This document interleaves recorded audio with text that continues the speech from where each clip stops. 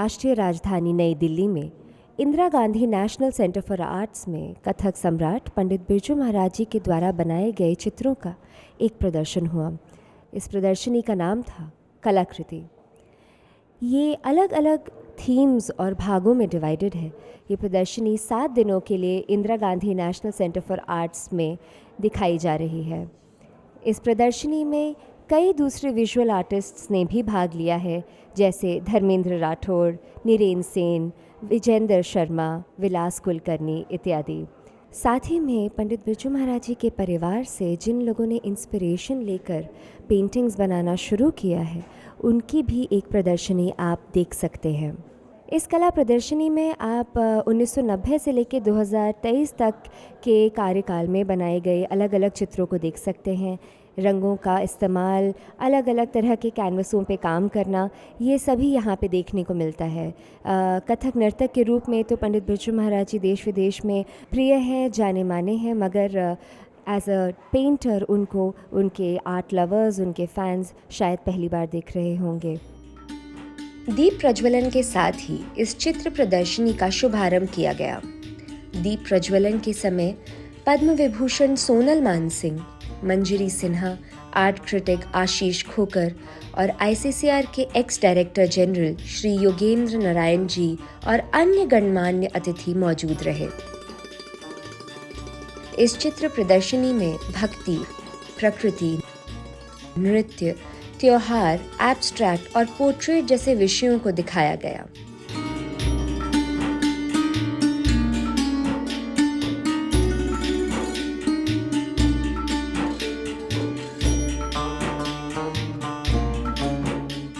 आइए बातचीत करते हैं उनसे जो पंडित जी के करीब थे, उन्हें जानते और समझते थे।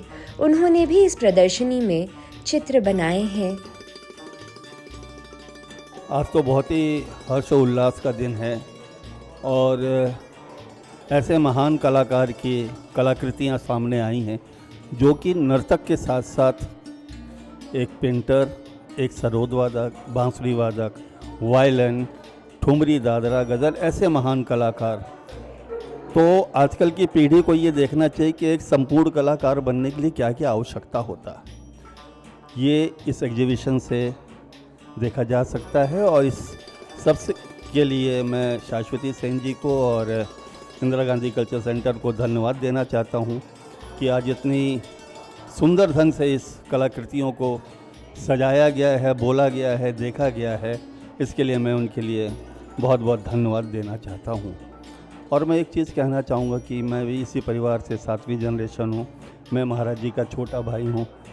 मैंने भैया कम महाराज जी को हर क्षण, हर पल एक नए रूप में ही देखा है और ये मेरा सौभाग्य है कि आज मैं इस कलाकृति के बारे में मैं आप लोगों से मुखातिब हूँ।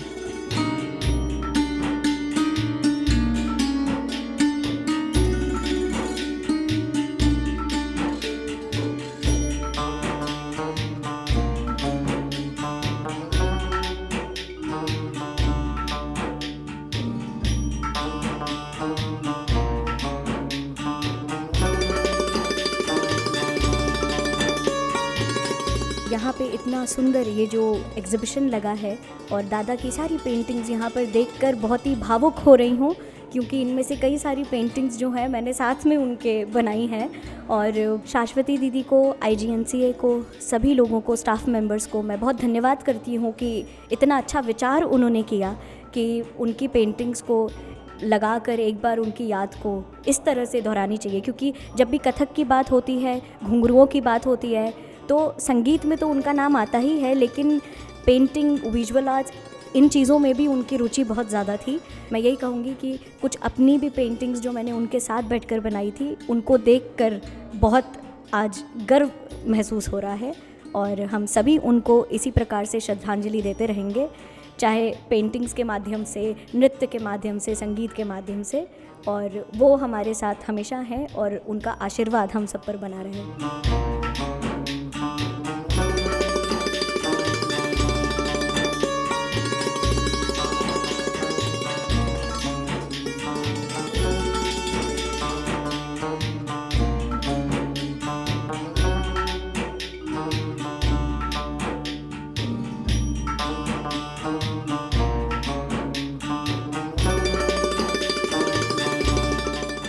एक बहुत ही सुंदर प्रदर्शनी का अभी उद्घाटन हुआ है। ये स्वर्गीय पंडित बिरजू महाराज जी, उनकी कृतियाँ, उनकी पेंटिंग्स का एग्ज़िबिशन यहाँ पे अभी उद्घाटन हुआ है।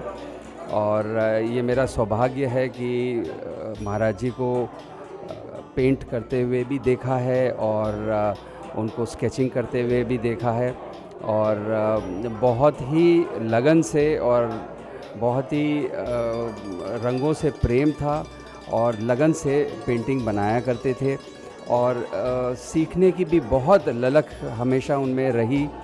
और जो और अन्य कलाकारों से भेंट करते थे उनसे भी कुछ ना कुछ सीखने की कोशिश करते थे और अपने ढंग से उसे अपने पेंटिंगों में प्रस्तुत करते थे।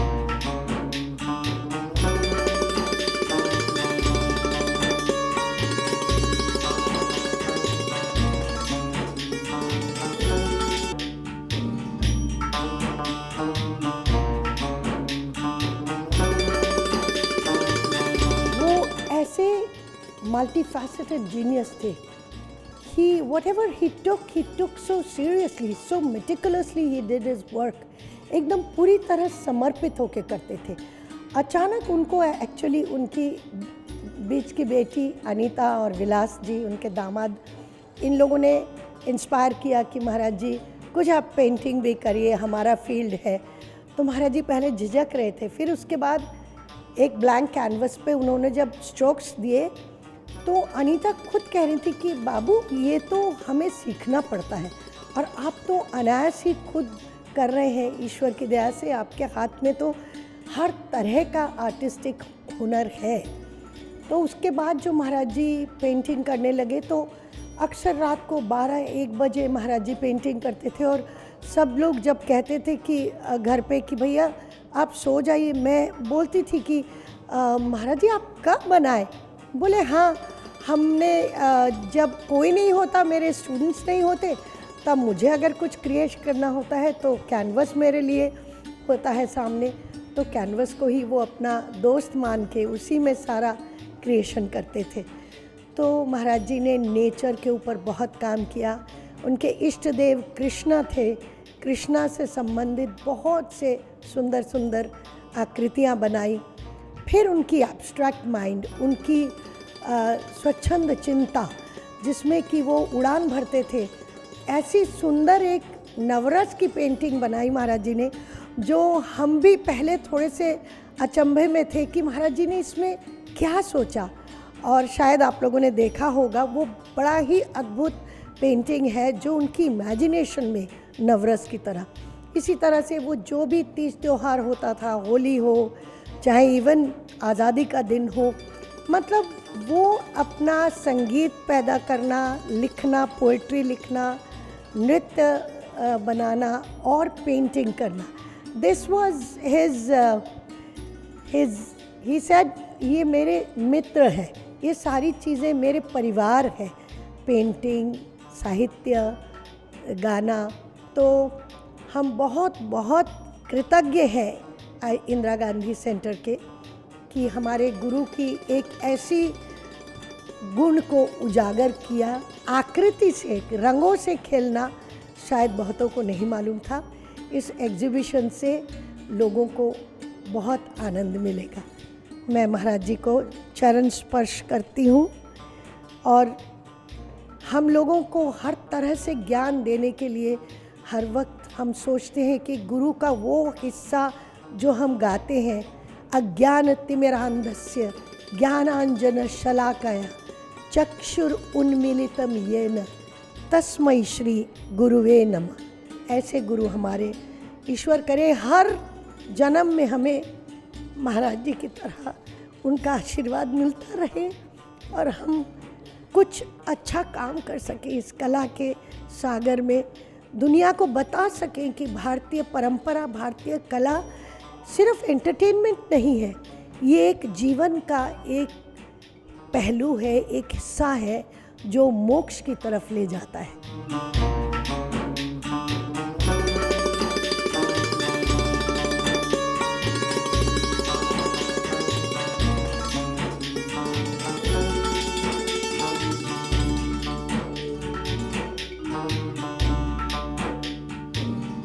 आइए अब बातचीत करते हैं उनके कुछ शिष्यों से जो इस प्रदर्शनी और पंडित जी के बारे में कुछ कहते हैं। महाराज जी का कथक स्टूडेंट के साथ साथ मैं बोल सकता हूँ कि मैं उनका आर्ट स्टूडेंट भी रहा हूँ 2011 से। वैसे तो मैं अल्मोड़ा से हूँ। 2011 में मैं दिल्ली आया और महाराज जी से सीखना शुरू किया कलाश्रम में। ये जो एग्ज़िबिशन है इसकी बहुत सारी पेंटिंग जो महाराज जी ने की है वो ज़्यादातर मेरे सामने बनी है। और महाराज जी जो सोचते थे वो लिखते थे, वही बनाते थे।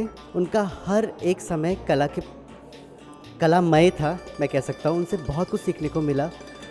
डांस तो बहुत बड़ी चीज़ है, लेकिन उनसे ज़िंदगी जीना सीखा है। और वही महाराज जी की हर एक पेंटिंग में वो कहते थे कि जो कुछ भी करो वो जीवित दिखना चाहिए, उसमें प्राण होना चाहिए। हर एक पेंटिंग का एक नाम है, एक सोच है। महाराज जी बोलते थे कि जैसे प्रकृति उनको नाचते हुए दिखती है, वैसे ही उनकी कला, उनका संगीत हमें सिर्फ सुनाई या दिखाई नहीं दिखता, मन तक पहुंचता है। और अनेकों चीज़ महाराज जी के साथ मेरे को सीखने को मिली, समझने को मिली। महाराज जी से एक चीज़ मैंने बहुत ज़्यादा सीखी, वो है कि समय को बर्बाद मत करो।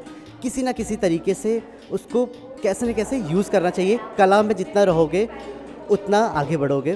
महाराज जी से मैंने, जब महाराज जी बीमार थे, हॉस्पिटल में थे, मैंने देखा है कि वो किस तरह अपने समय को, अपनी बीमारी को, अपनी तकलीफ़ को साइड रखकर आर्ट के साथ इतना घुल मिल जाते थे कि वो लगता नहीं था कि वो बीमार है।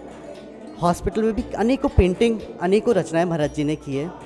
बस आगे भी कोशिश ये करूँगा जो भी उनसे सीखा है उसको लेकर आगे बढ़ पाऊँ और उनका आशीर्वाद मेरे साथ हमेशा बना रहे।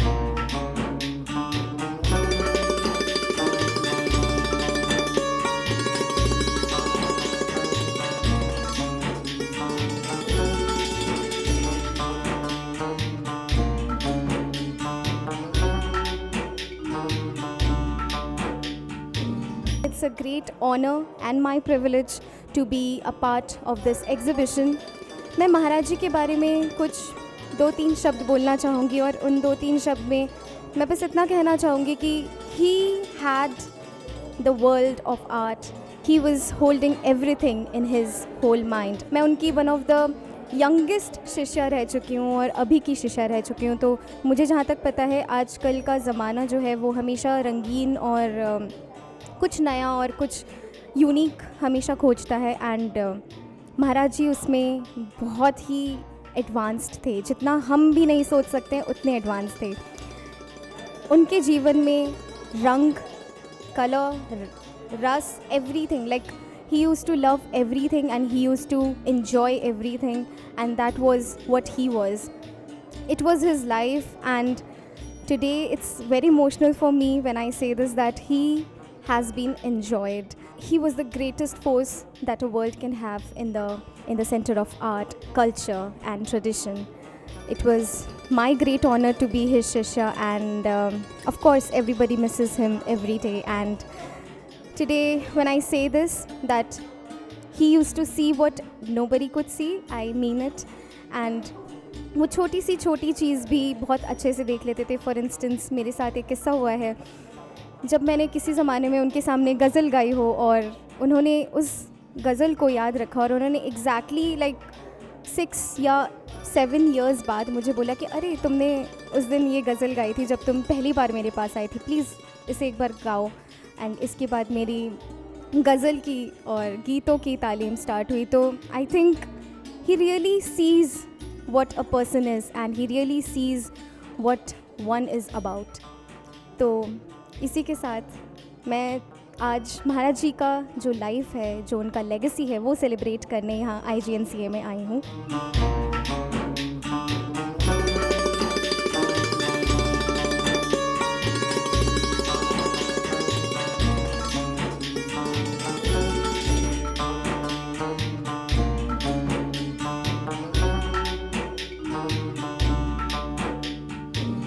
जैसा कि आप देख सकते हैं यहाँ पे आज इंदिरा गांधी नेशनल्स में IGNCA में इतना खूबसूरत महाराज जी के पेंटिंग्स, महाराज जी के थॉट्स, महाराज जी के जो जितने भी रंगीन चीज़ों का है, महाराज जी ने जो जो जिस तरह नृत्य में वो अपने हाथों को प्रयोग करते थे, उसी तरह उन्होंने जस्ट एक अपने ही रंग में सबको रंग दिया। कितनी खूबसूरत पेंटिंग्स, जिनका एक अपना ही थॉट है, एक अपना विचार है, जो इन विभिन्न कलरों के माध्यम से, रंगों के माध्यम से वो हम सब के सामने वो रखे हैं। और इतनी खूबसूरत पेंटिंग्स, क्यों वो गोवर्धन नीला हो, चाहे वो एब्स्ट्रैक्ट पेंटिंग हो, चाहे वो कथक से है, आप देख सकते हैं कितनी सुंदर धिलांग त्राम, यहाँ बहुत सारे नृत्य के बोलों के साथ पेंटिंग, एक बहुत सजग, एक बहुत ही एक जीवंत रूप महाराज जी ने हर एक पेंटिंग को दिया है।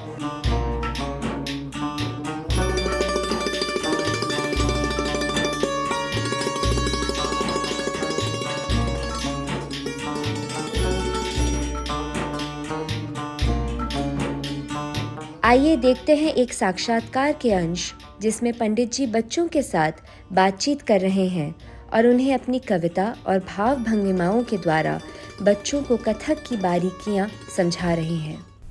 मैं सफ़री हूँ, मैं शागिर्द हूँ, मैं अच्छा शिष्य हूँ और मुझे गुरु की परंपरा को ध्यान में रखते हुए मैं उतना ही छोटा हूँ, अभी भी बड़ा नहीं हूँ। तो मेरा सफ़र ऐसा है।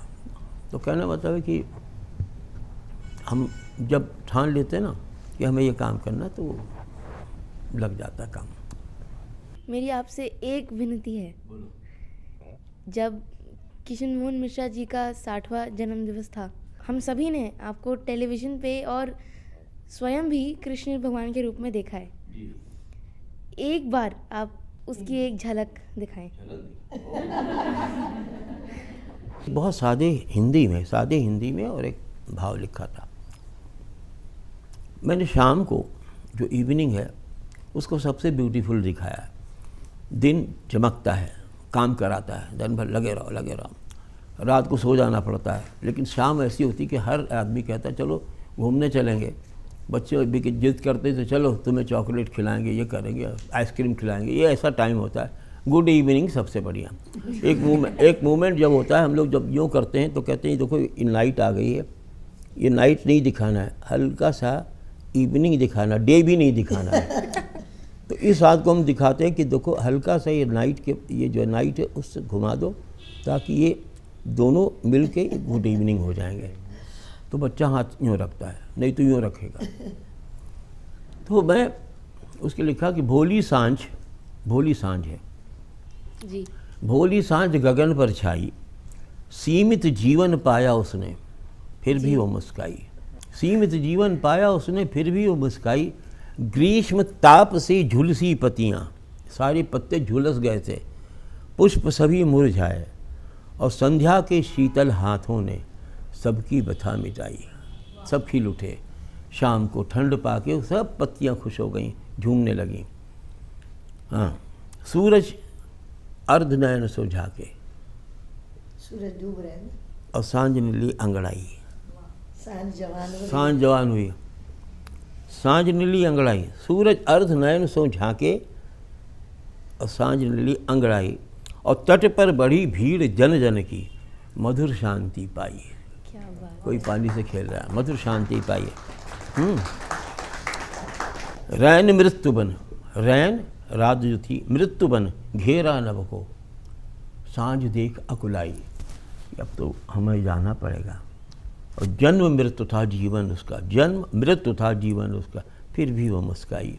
भोली सांझ गगन पर छाई। मेरे बहुत सादी हिंदी में एक कविता की थी। बहुत सुंदर।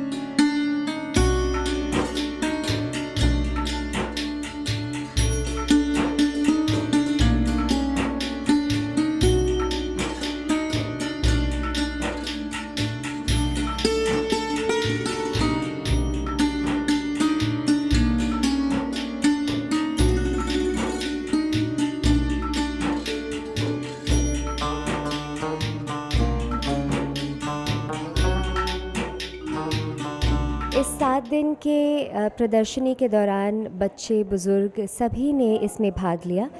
जिन विधाओं से पंडित बिरजू महाराज जी जुड़े हुए थे, जैसे कि नृत्य, गायन, वादन और पेंटिंग, सभी की यहाँ पे एक छोटी सी कार्यशाला वर्कशॉप भी आयोजित की गई, जिसमें कि स्कूल के बच्चों ने भाग लिया और इन कलाओं से जुड़ने की कोशिश की।